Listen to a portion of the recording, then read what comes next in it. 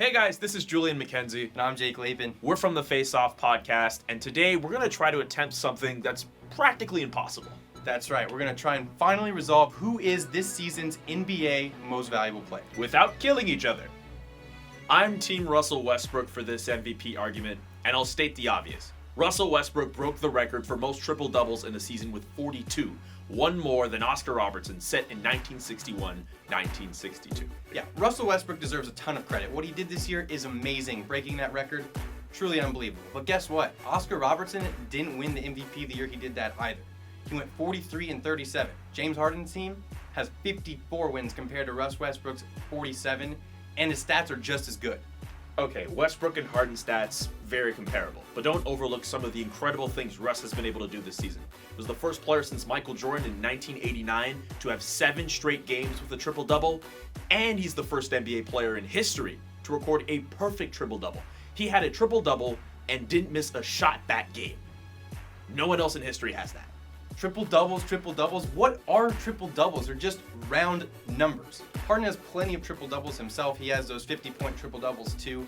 And are you really telling me that 2 extra rebounds are more important than actual points created through scoring and assists, which Harden has the lead on for Westbrook? And if you like round numbers, here's one. 25 by 25. Harden's the first player in history to have 25 points and 25 points via assists per game. Jake, I'm so glad you mentioned this whole rebounding thing. I'm so sick and tired of people pounding Russell Westbrook because of the fact that he's stat padding for these rebounds. You guys realize it's intentional, right? Russell Westbrook is sometimes the best athlete on the floor, so he's able to just jump out of nowhere and grab these rebounds. And he's not just passing it off to a power forward or some other shooting guard to lead the offense. He's the point guard. He's the guy leading the charge up the floor, or even on a fast break. Sometimes he's the fastest player on the floor.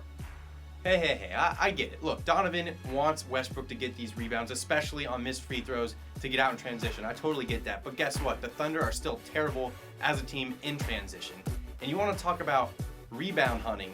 Westbrook has the least contested shots of anyone with 30 minutes per game played by far. Well, it's not like James Harden's this great defender. Like, you know those yellow plank things you see at the mall when you need to put on a wet spot? That's a better defender than James Harden.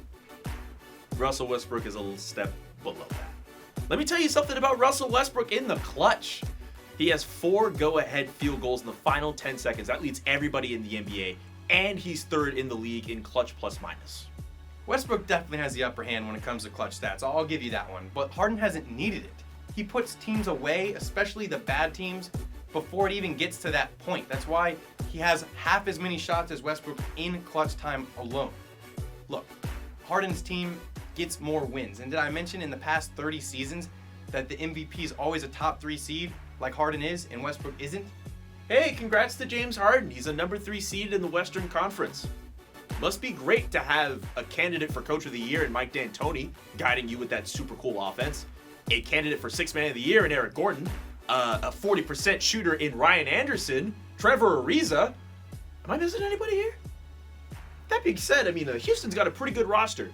Show me one person who was saying the Rockets had a better roster before the season started. On ESPN NBA Rank, the Thunder had 3 role players ranked ahead of anyone on the Rockets until finally Eric Gordon at number 86.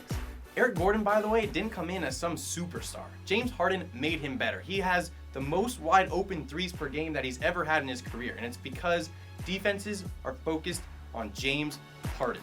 Oh, and you mentioned D'Antoni. Look, I don't see Carmelo Anthony or Kobe Bryant adapting to his offense and becoming MVPs automatically. James Harden did what they couldn't.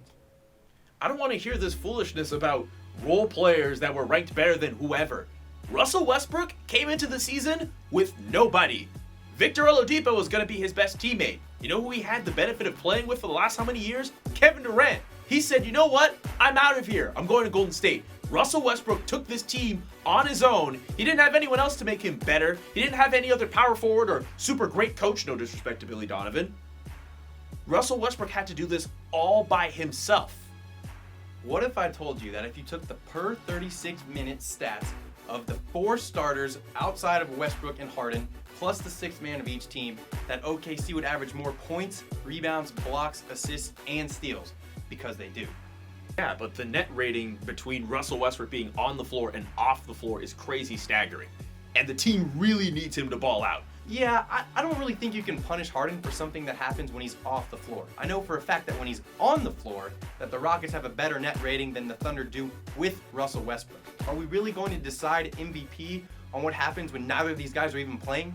Well, of course you'd bring up something like this in an argument where we discuss the most valuable player. Look, we're not going to agree.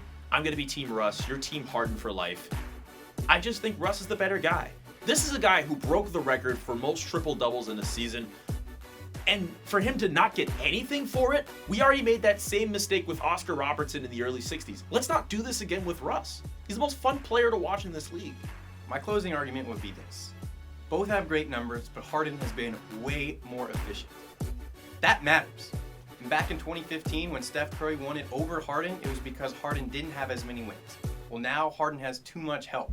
You got to pick it one way or the other, and that's why I think James Harden is this year's NBA MVP. Well, Jake and I have made our arguments. Harden or Westbrook? Be sure to vote on our poll on Twitter. And be sure to tune into the Face Off every week. We're on Facebook Live, iTunes, Mixcloud, and YouTube. See you guys next week.